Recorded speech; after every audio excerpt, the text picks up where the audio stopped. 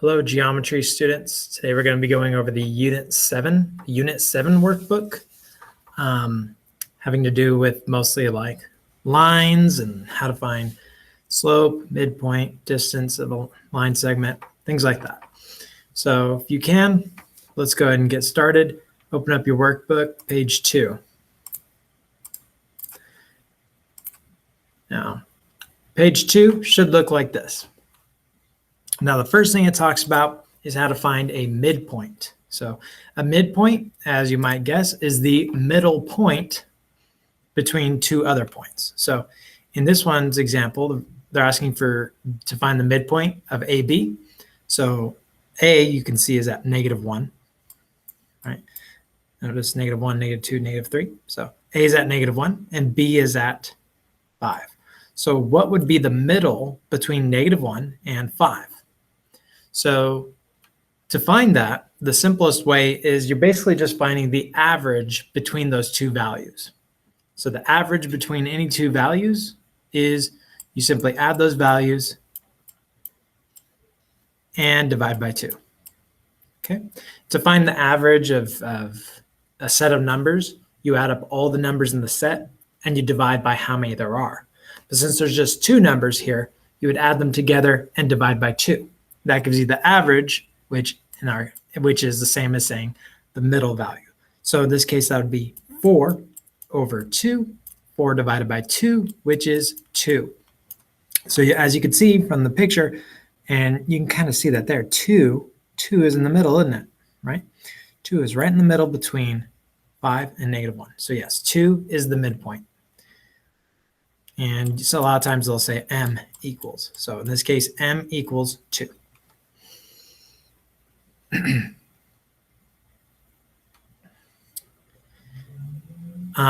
You could also find the midpoint between 2 coordinate points. So in this case, it's not on a number line, but we have coordinate points. So we have 2 coordinate points, 2, 2 and 4, 5. Now, it's actually quite simple to find the midpoint. All you have to do is find the midpoint between the x values and then find the midpoint between the y values. So think of it as you're doing what we just did twice, once for the x's and once for the y's. So for the x's, it would be the midpoint coordinate for the x's will be 2 plus 4 over 2. So again, looking at the x coordinates. And then for the y coordinate, it'll be 2 plus 5 divided by 2. So 2 plus 4 over 2, that's 6 over 2. 2 plus 5 over 2, that's 7 over 2. So this would be 3, 3.5. And let's go ahead and graph that as well. You can see where the midpoint lies, isn't it? It's at 3, 1, 2, 3, 3.5, 1, 2, 3 and a half. Okay. I don't know why this grid starts at 1, 1, but whatever. So yeah, 3, 3.5. That's where the midpoint is. Okay. So after you've seen those examples, I want you to go down to page 5 and see if you could find the midpoint here between -3 and, what is this, 5? See if you can find the midpoint here, and then see if you can find the midpoint here. Once you're done with those, see if you can find the midpoint for these ones on page 6. So maybe I'll do number 3 with you guys here.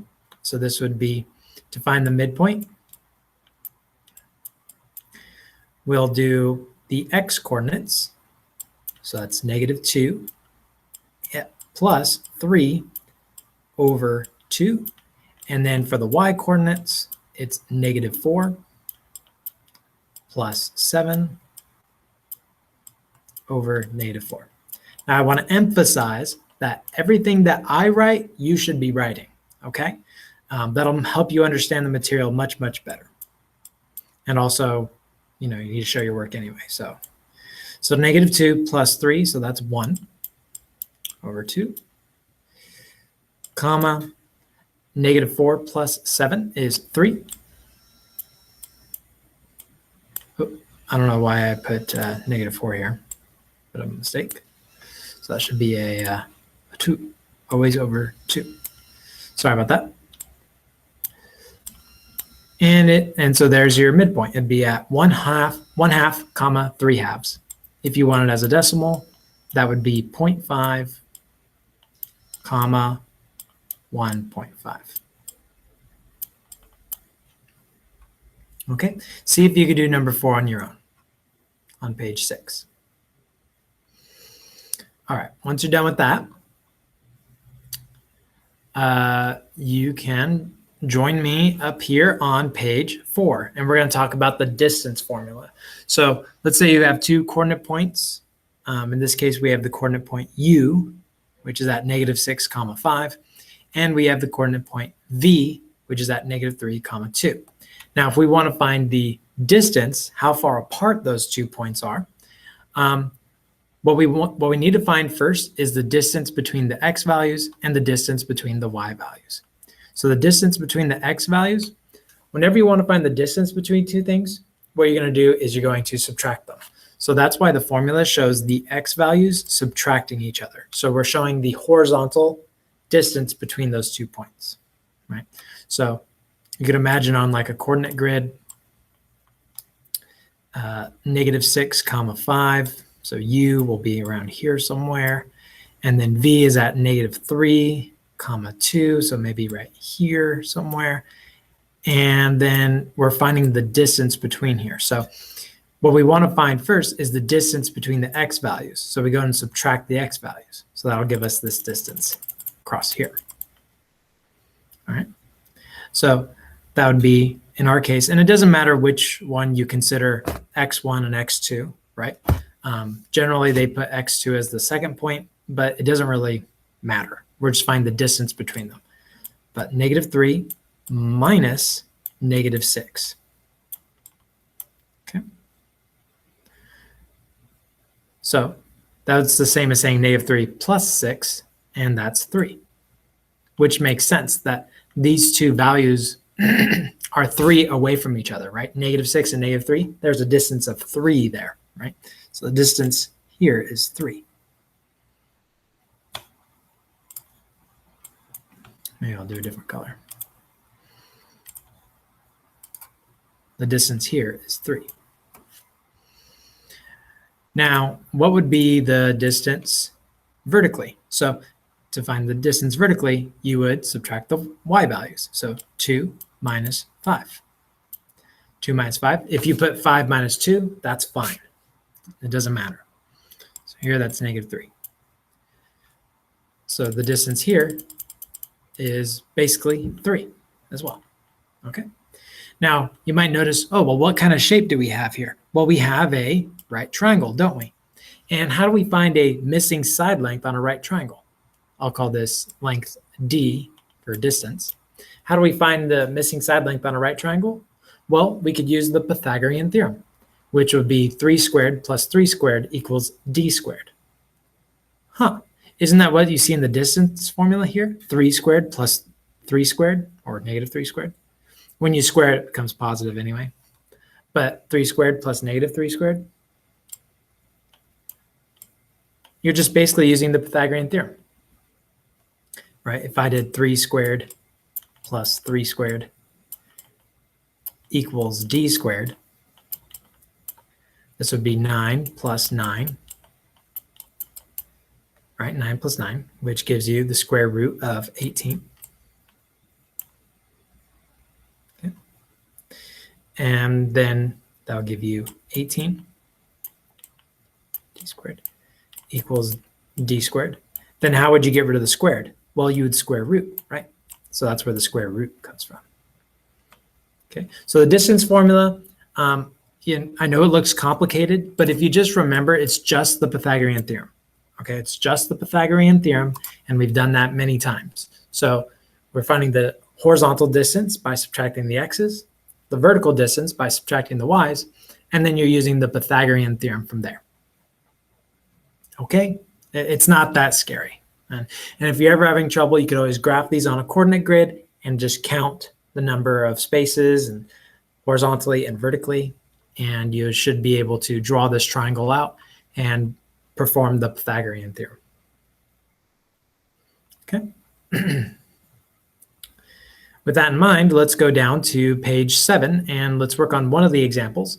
I'll do number 5 with you, and number 6, hopefully you can do on your own. So first, let's find the distance between the x values. So that would be 7 minus 3.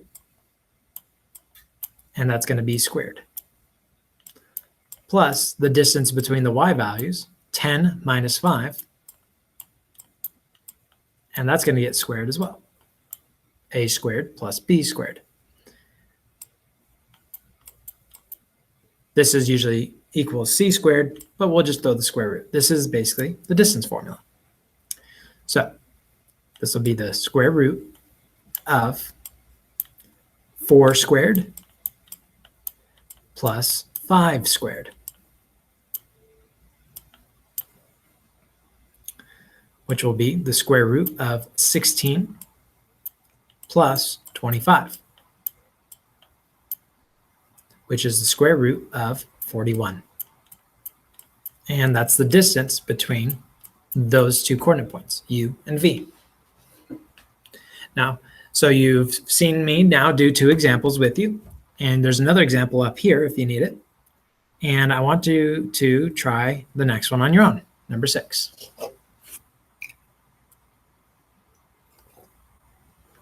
So go ahead and pause the video and go ahead and take care of that. Now we're going to move on to section 7-2. And the main thing here is we're going to be finding the slope of a line. Now, hopefully you remember from Algebra 1, if you've taken Algebra 1, what slope is. Slope is basically the steepness of the line. And it can be calculated by doing the rise divided by the run. So the rise is just the vertical movement divided by the horizontal movement. Okay, and you know this formula looks kind of complicated, y2 minus y1 over x2 minus x1, but if you have them graphed on a coordinate grid, it's as easy as counting. So if I'm going from this point to this point, how much do I rise? Well, the rise would be 1, 2. So the rise in this case, for the slope of this one, our rise would be 2. And the run, I could just count from here and run over 1, 2, 3, 4. So our slope is 2 over 4. And since it's a fraction, you could always simplify. So our slope in this case is 1/2. So that's the first example there.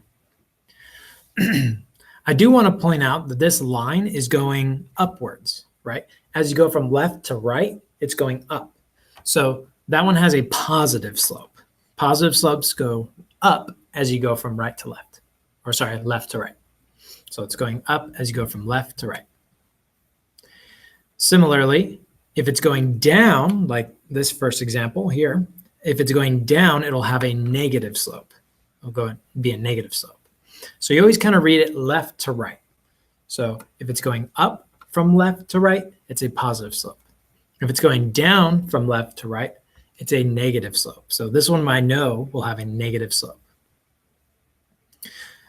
They go ahead and solve it there for you, but might as well calculate it here too, and I'll show you. So if I'm going from this point, again, we want to start left and go right. So I'm going to start on the left point.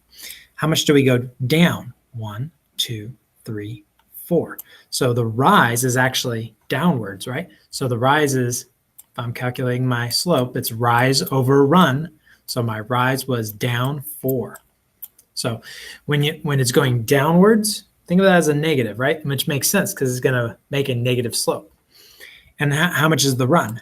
1, 2, 3, 4, 5, 6, 7, 8. So our slope will be negative 4 over 8, which reduces down to negative half.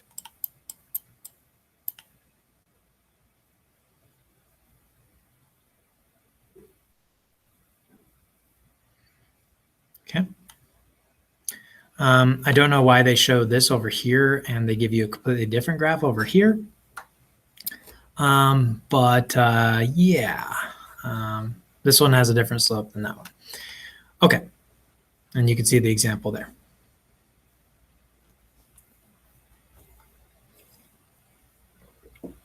For this quick check here, we want to find the slope of this line. So I'm going to look at my coordinate points. They want you to put your coordinate points here. So 1, 0 and 4, 1. But you don't really need to know what the coordinate points are to find the slope. All you need to do is the rise. How much does it go up versus over the run? And in our case, would this be a positive slope or a negative slope? Well, hopefully you see that it's a positive slope because it's going up as you go from left to right. It's going up. So from here, how much do we rise? Well, we rise is 1, right? To go from this point to that point, the rise is 1. And the run is 1, 2, 3. Simple as that, all done.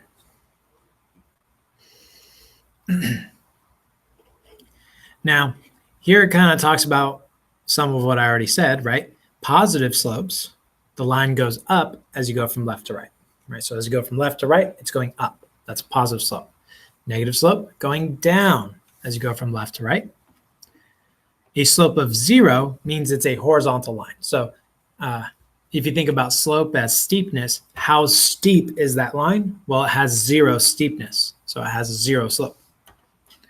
Lastly, undefined slope. Again, thinking about how steep it is. Well, how steep is this line? Well, it's going straight up, right? So that's infinite steepness. In other words, undefined slope is what we say. So if it's a horizontal line, just flat like this, that's 0 slope. If it's a vertical line, then it's undefined slope. So which type of slope is this graph right here? Well, it looks like this one. It's a vertical line. So it's undefined.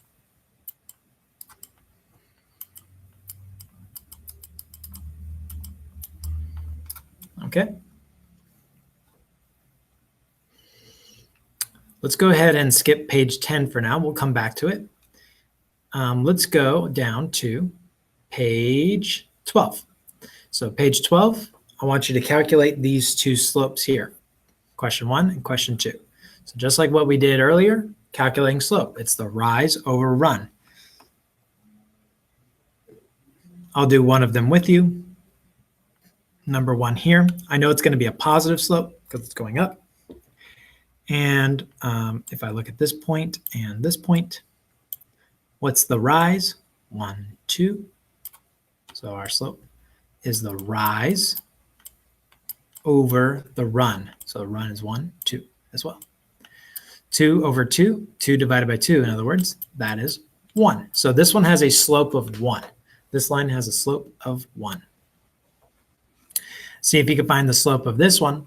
I'll give you a hint. It'll be negative because it's going downwards. But see if you can find that slope.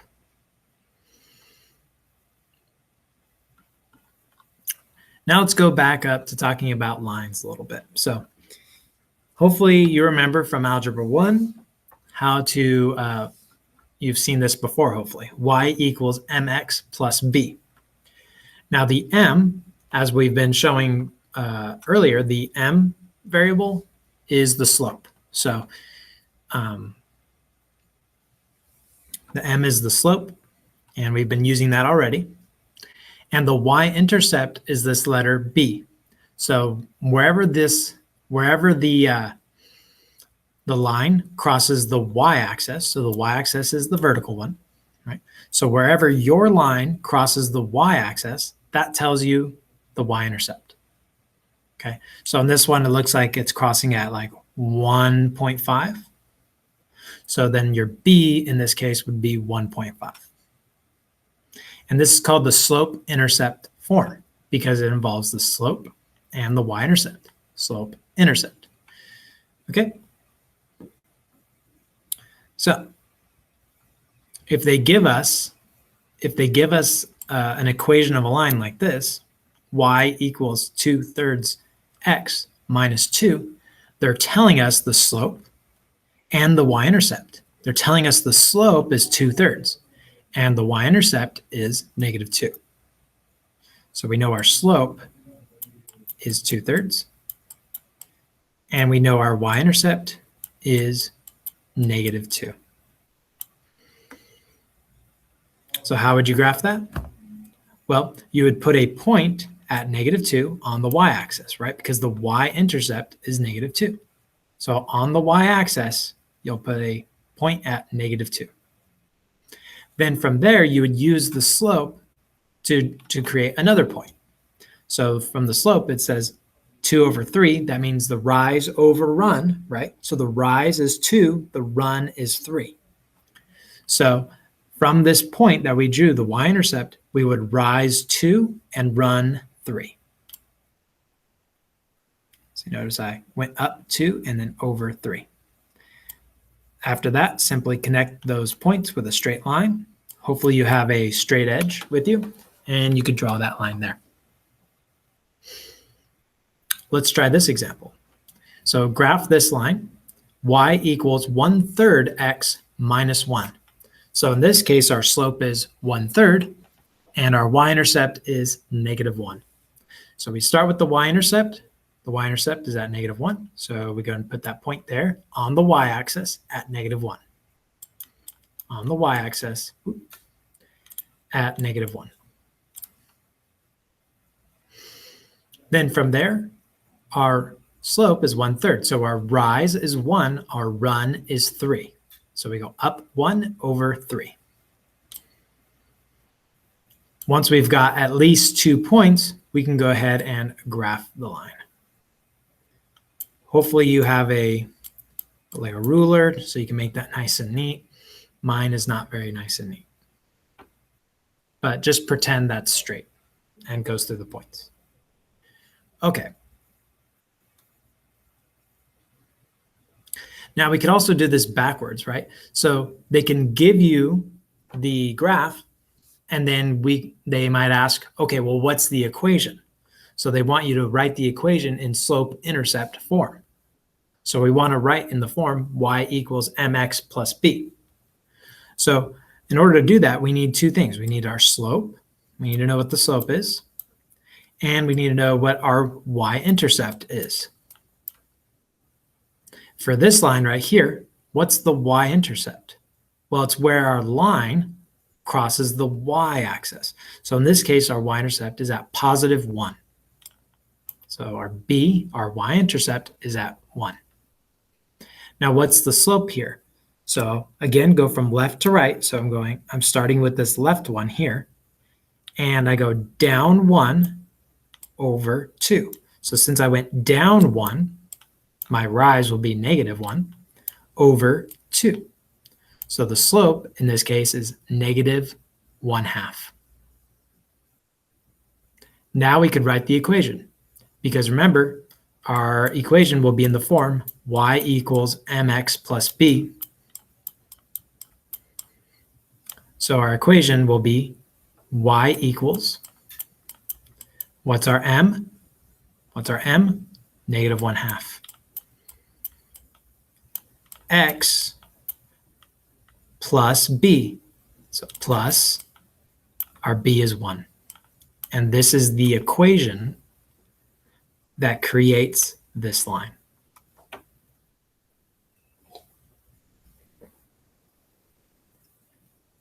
Let's try another example. This quick check. So again, we're going to be writing in the form y equals mx plus b. So we need to know the m, the slope, and we also need to know the y-intercept. So in this case, our y-intercept, this is usually what I start with, finding the y-intercept. You can see the y-intercept is right here, and it's at -1. The slope, I go from left to right, so I'm going to start with the left point. And we go down 1, 2, 3. The rise is -3 since we went down. And then over 2. Once we have the slope and the y-intercept, we can now write the equation. Y equals m, so our m x plus b. Our b is -1. So instead of putting plus -1, I'm just going to put -1. So this is the equation for that graph. All right.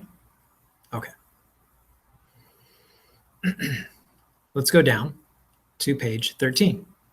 So here they give you the equation and they want you to graph it. So let's go ahead and do number 3 together, and you can do number 4 on your own. So in this case, y equals 3/2 x minus 4. So what's our m in this case? What's our slope? Well, the slope is whatever's next to the x. So that's 3/2. And the y-intercept is -4. So I always start by graphing the y-intercept, which in our case is at -4. So on the y-axis, we're going to put a point at -4. So 1, 2, 3, 4. So -4, we're going to put a point. That's our y-intercept. Now from there, we're going to use this slope, 3/2. So from here, we're going to go up 3. The rise is 3. 1, 2, 3. And the run is 2. 1, 2. Once you have at least 2 points, you can go ahead and graph the line. This line is much better than my last one.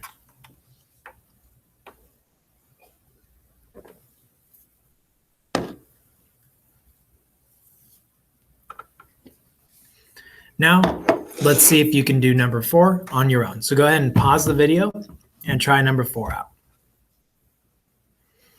Once you're done with that, we can go down to page 14. So they want you to graph a line that has a positive slope. Again, positive means it's going up as you go from left to right. So any line that you draw that's going up as you go from left to right, that works. Graph a line with a negative slope. Easy peasy. Graph a line with 0 slope. So that's a straight horizontal line. And graph a line with undefined slope. So that is a vertical line.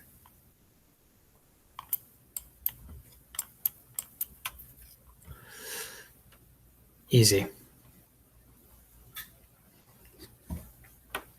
For this one, I'll go ahead and do number 10 with you guys, but I expect you to do number 9 and number 11 on your own.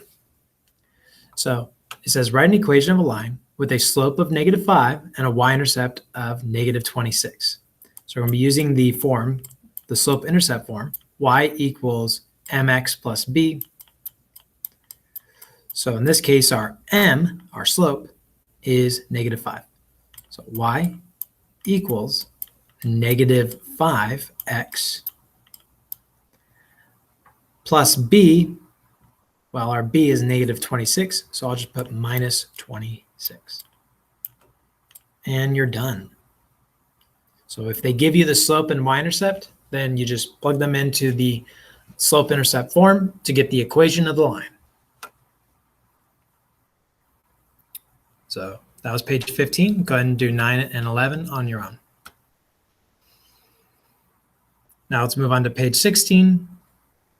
Here, I'll go ahead and do number 12 with you guys, and number 13 I expect you to do on your own. So here they want the equation of the line. So again, the equation, you use y equals mx plus b.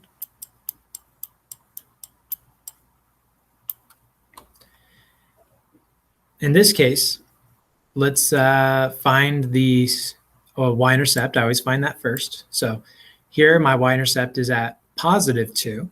So our b is +2. And our slope, I'll start go left to right. So our slope, we know it's going to be a negative slope because it's going down, but let's take a look. It's down 2 over 3. So down 2 over 3. So now we could write the equation y equals m x plus b. Very easy. Try number 13.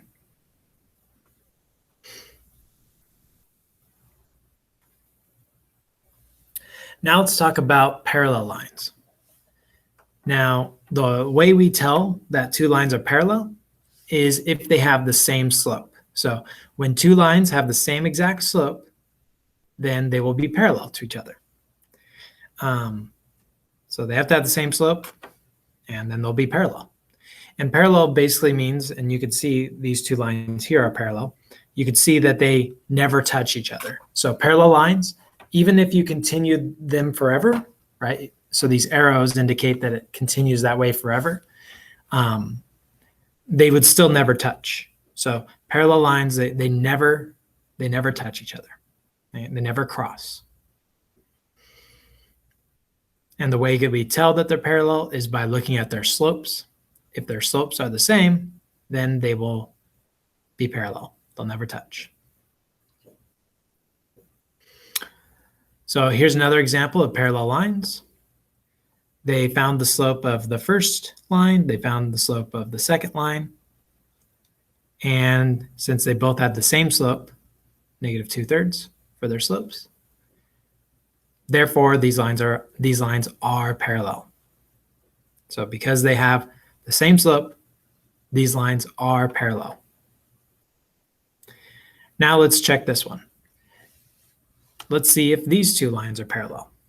Now you might be looking at that and saying, well, they're obviously not parallel, because if you continue on past here and you continue those lines, they will cross each other. So these ones are not parallel for sure. But let's go ahead and find our slopes and just to show our work. So let's find the slope of line R. So when I'm using two different slopes here, I'll do M sub R. So that means the slope from line R, and M sub S. That means the slope from line S. And we're going to calculate each of these slopes separately and see if these two lines have the same slope. So first, let's look at line R. So line R. And let's calculate its slope. So from here, we're going to go up 1, 2, 3, 4, 5. Rise is 5. And the run is 1, 2, 3. Rise over run. Our slope is 5/3 for line R. Now let's figure out the slope for line S. So the rise is 1, 2. And the run is 1, 2. This 2/2 is the same as 1. So the slope of line R is 5/3. The slope of line S is 1. Do they have the same slope? No, they don't have the same slope. So we would say R and S are not parallel.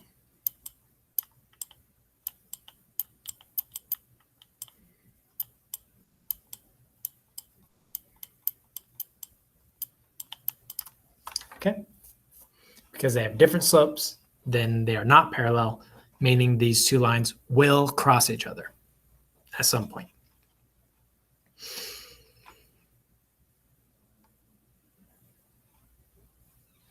Okay. So from page 17, where we just talked about how to tell if two lines are parallel, I want you to go all the way down to page 20 and go ahead and figure out these two problems. So figure out if lines R and S are parallel here for question 1, and figure out if lines R and S are parallel here for question 2. I'll go ahead and do question 2 with you. So we need to find the slope of line R, and we need to find the slope of line S. So for line R, what's our rise? 1, 2. And our run, sorry, rise is 2. And our run is 1, 2, 3, 4, 5, 6, 7. So the slope of line R is 2/7. What about for line S? What's its slope? So rise is 1, 2. And the run is 1, 2, 3, 4, 5, 6. So the rise was 2 and the run is 6. This reduces down to 1/3. So do these have the same slope? No. So we'd write R and S are not parallel because they have different slopes. So these kind of look parallel, don't they? Right?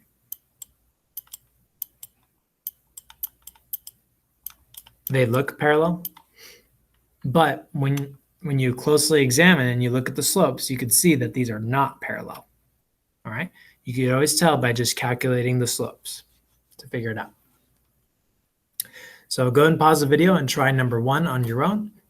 Find the slope of lines R and S, and tell me if they're parallel or not. Okay.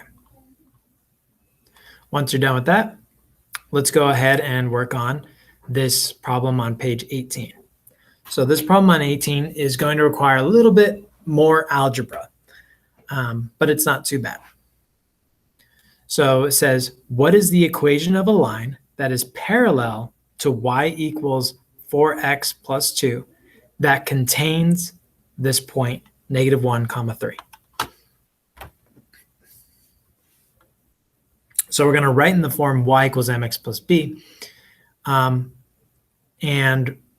the main thing we're going to have to try to find is b, okay? Because we already know what the slope is. We already know what the slope will be because it needs to be, the line we're trying to find is parallel to this line. So it's parallel to this line. Well, if it's parallel to this, that means they share the same slope, right? So the slope of this line will be the same as the slope of the line we're trying to find. So the slope of this line is 4. So the slope of the line we're trying to find will also be 4. So we know our equation will be like y equals 4x plus b. So we need to find what b is, and then we'll have the equation. So the other piece of information they give us is that it goes through this point, -1, 3. So what we can do is plug this point into the equation to help us find b. So we're going to replace x with -1 and replace the y with 3. So x, y. So let's rewrite this equation. To help us find b, we're going to replace the y with 3, with the y coordinate, and the x with the x coordinate. So in this case, that's -1. So it's 4x becomes 4 times -1. Okay, so that's 3 equals -4 plus b. Now to get b by itself, we would add 4 to both sides.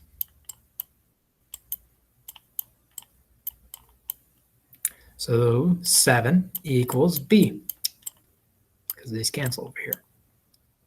So 7 is b, so now we can write our equation. It's y equals 4x plus 7.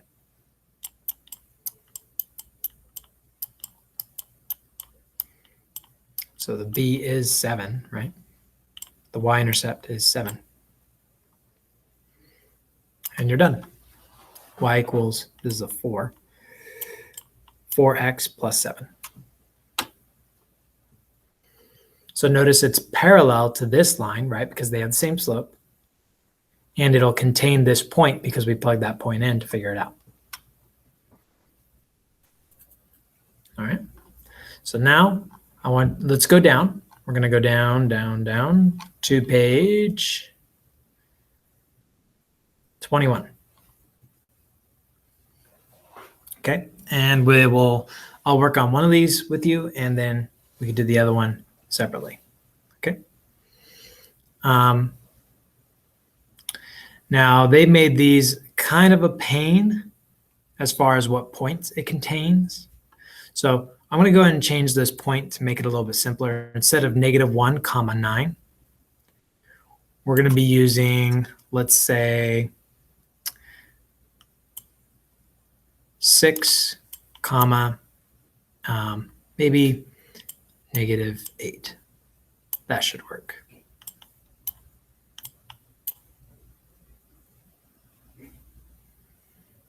Okay. I'm going to change that a little bit. 6 comma positive 8. For this one, I'm also going to change this point as well. Believe me, this will help you out. Let's do 16 comma 1. Okay, 16 comma 1.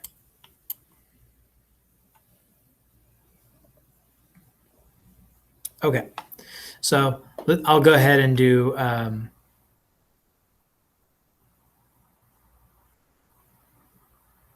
let's go ahead and do this one together here.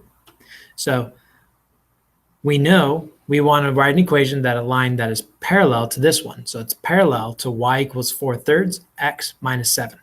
So it's parallel to that, and it contains the point 6 comma 8. Okay, that's why I changed it to. So we're going to replace, we know that our equation will be y equals mx plus b. And the slope, the m, is the same as this one. So we know our slope will be 4/3.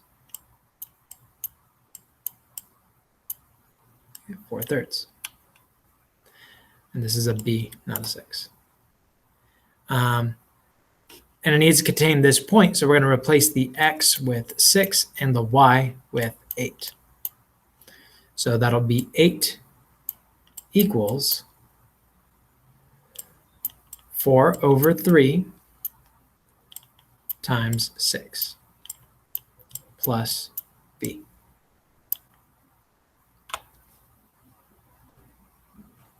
Okay. 3/4 times 6. Well, that's 4.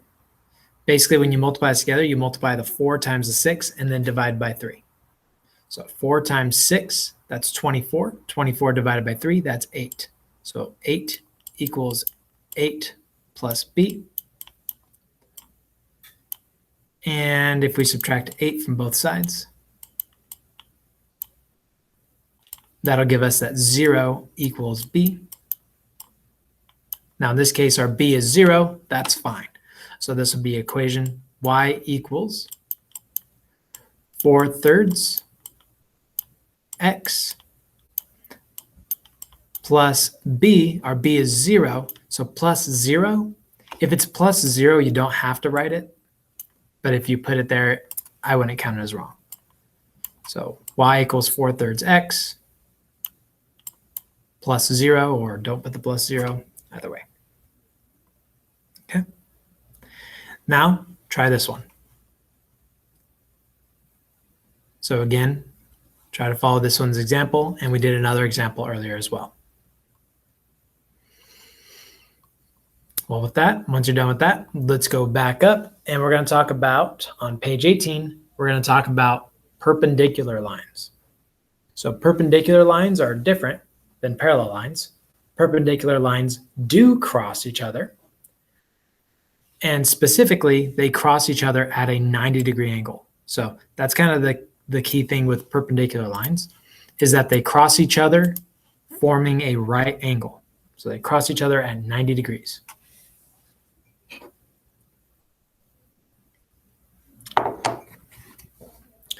Now, how can we tell if two lines are perpendicular? Well, their slopes have to be opposite reciprocals. Opposite reciprocal slopes. What does that mean? That means the slopes are opposite signs. So one of them is negative and the other one's positive. So they need to have opposite signs, one negative, one positive. So that's the opposite part. And they also need to be reciprocal. So that means that they're basically the flip of each other. So 2/3 and then 3/2. You see that? So one of them needs to be positive, one of them needs to be negative, and they need to be like the numbers need to be flipped from each other. So one of them has a slope of negative 2/3. The other one has a slope of positive 3/2. Those would be perpendicular, opposite reciprocal slopes. Okay.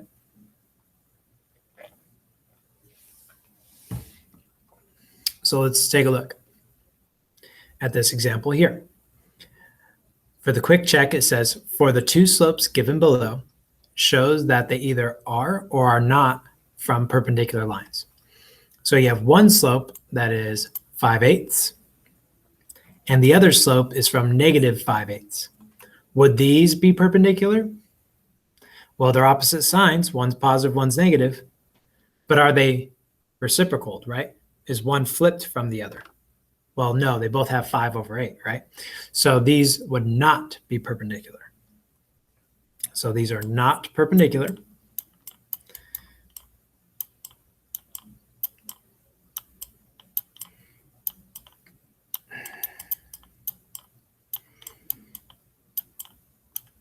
That's a U. Not perpendicular because they are not reciprocal.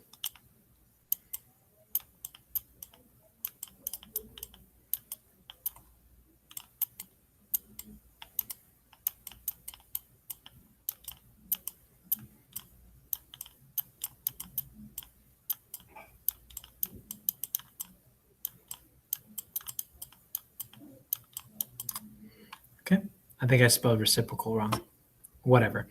Okay. So again, the key thing is that they are opposite signs, but also reciprocals. So they're opposite reciprocals. Okay. So here's on this quick check. What are the opposite reciprocals of the following fractions? So 2/3, it's opposite reciprocal. It should not have an equal sign, by the way. We should maybe turn that to an arrow. Arrow. Okay. Because these will not be equal. But anyway, opposite reciprocal would be -3/2. So if one of them had a slope of two lines, one with a slope of 2/3 and the other one a slope of -3/2, these would be perpendicular. What would be the opposite reciprocal of this one? Well, that would be positive, right? Because this one's negative. So I need a positive. Again, change this to an arrow, not an equals. Okay. Change this to an arrow, not an equals. Okay. Positive 4/1, which is just 4, right? So if one line has a slope of -1/4 and another line has a slope of +4, those would be perpendicular. Here, opposite reciprocal would be +11/5. So two lines with these two slopes would be perpendicular as well.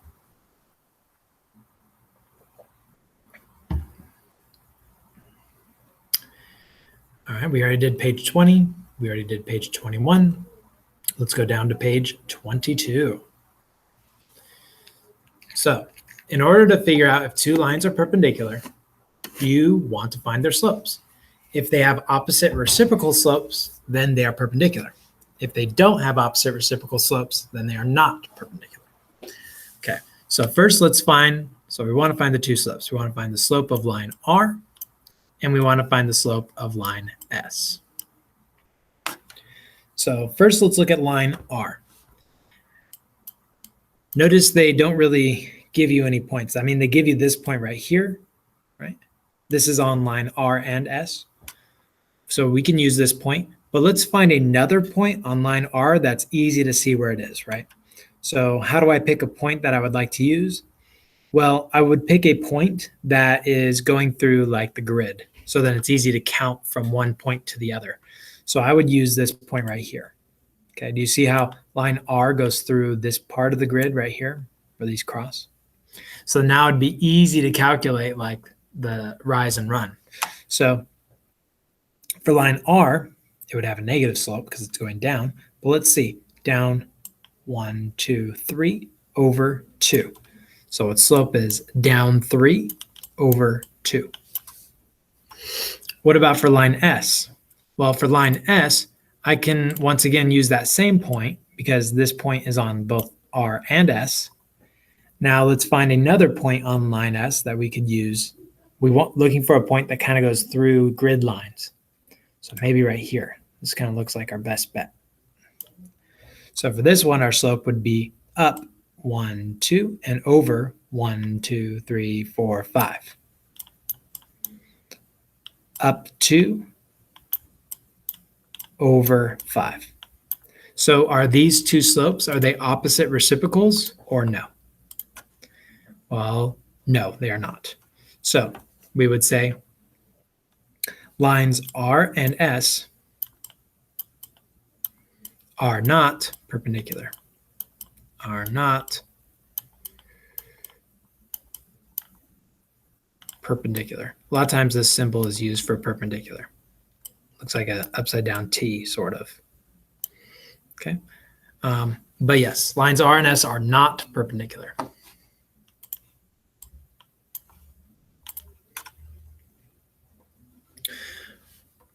Let's work on number 6 together. Again, we want to find the slope of line R, and we want to find the slope of line S. Well, on the previous example, number 5, we used where the lines cross, but we only use that because they crossed at like grid lines, right? Here, these two lines don't really cross at grid lines, so it would not be beneficial to use that. Instead, let's look on line R and let's try to find a point that's on the grid lines. So it looks like I have a point right here that's on these grid lines, and maybe right here. Okay, those look like it's on the grid lines for line R. So our slope would be down 1, 2, and over 1, 2, 3. So down 2, over 3. So this one has a slope of negative 2/3. What about for line? What about for line S?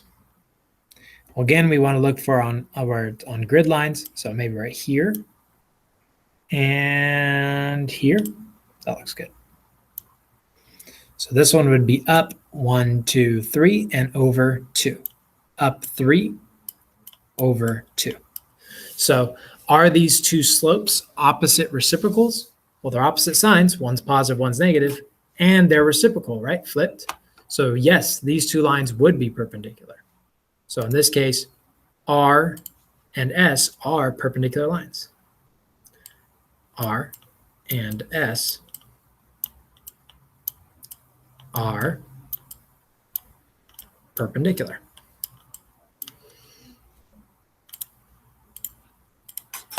Okay, cool.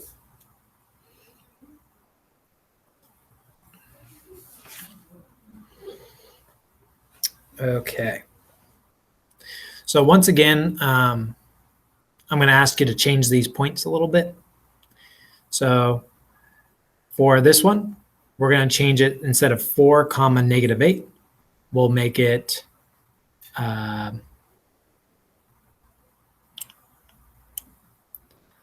me think what's going to work.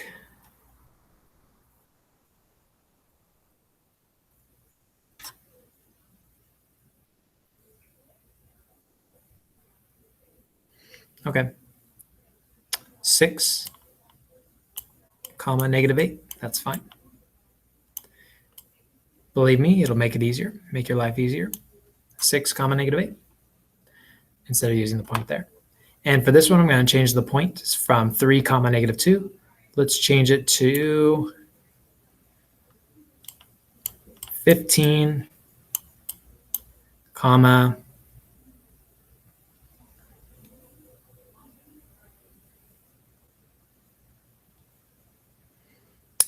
maybe 4.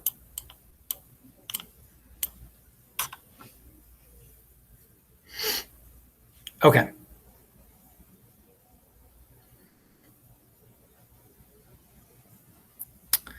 Okay, so with that being done, write an equation of a line that's perpendicular to y equals 3 over 2x plus 7 that contains 6, comma, negative 8, write in slope-intercept form. So we're going to write in the y equals mx plus b form. And the line we're going to write, the equation, needs to be perpendicular to this one here. So that tells us our slope, since it's perpendicular, our slope has to be the opposite reciprocal to this. So it'd be negative 2 over 3. So we know our equation will have this slope. Y equals negative 2 over 3, x plus b. So we still need to find our b in this case. Well, let's plug in our point, and that'll help us. So we're going to replace the x with 6 and the y with -8. So this will be -8 equals -2 over 3 times 6 plus b.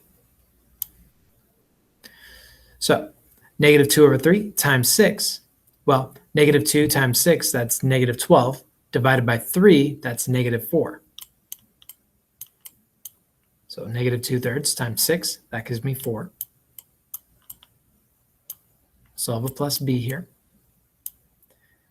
Now to get b by itself, we would add 4 to both sides of the equation.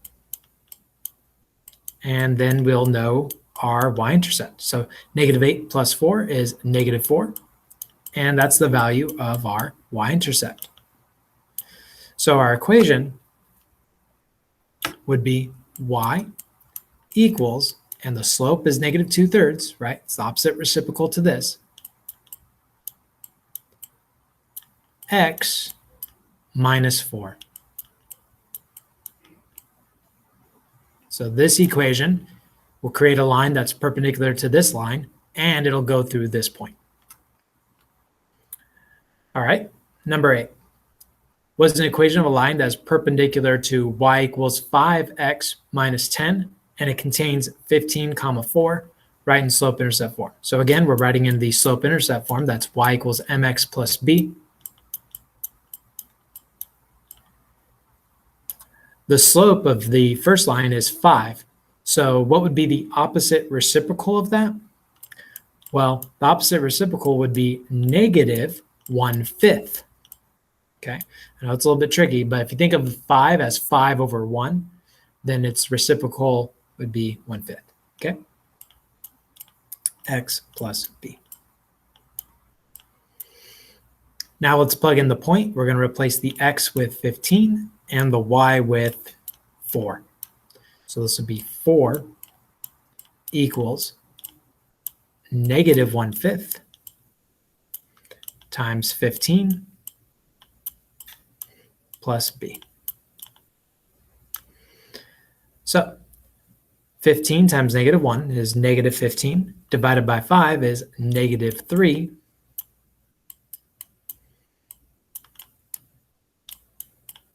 To get b by itself, we're going to go ahead and add 3 both sides of the equation. So that'll give us over here 7 is what our b is, the y-intercept. So now we have our equation. It'll be y equals -1/5 x plus b, our b is 7. Okay, so y equals mx plus b. This will be the equation. Hope that makes sense. So this line will be perpendicular to that one, and it'll contain this point. The performance task I did in a separate video, so if you want to work on that now, you can switch to that video on the Google Classroom. And that's the end of the packet. The rest is the review. And you can go ahead and try the review on your own. And I'm going to make another video for that as well, but try the review on your own, see what you could do on your own. Okay, well, that's it. Hopefully that all made sense. Hopefully you're able to get through it. I know those perpendicular lines are a little bit tricky, but I'm confident that if you're paying attention and following along and writing it down, that it'll make sense. If it doesn't make sense, you could always rewatch that part, try it again. Okay. Well, with that being said, take care. I'll see you guys next time.